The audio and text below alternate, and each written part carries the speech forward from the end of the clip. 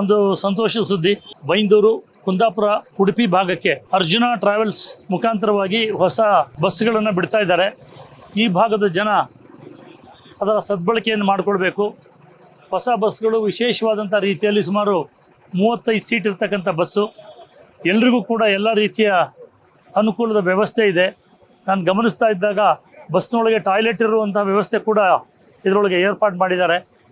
ಭಾಳ ಸಂತೋಷ ಆಗ್ತಾ ಇದೆ. ಈ ಅವಕಾಶವನ್ನು ಎಲ್ಲರೂ ಉಪಯೋಗಿಸ್ಕೊಳ್ಳಿ, ಅವರ ಪ್ರಯಾಣ ಸುಖಕರವಾಗಿರಲಿ ಅಂಥೇಳಿ ಆಶಿಸ್ತಾ ಅರ್ಜುನ್ ಟ್ರಾವೆಲ್ಸ್ಗೆ ಶುಭವನ್ನು ಕೋರ್ತಾ ಇದ್ದೀನಿ. ನಮಸ್ಕಾರ.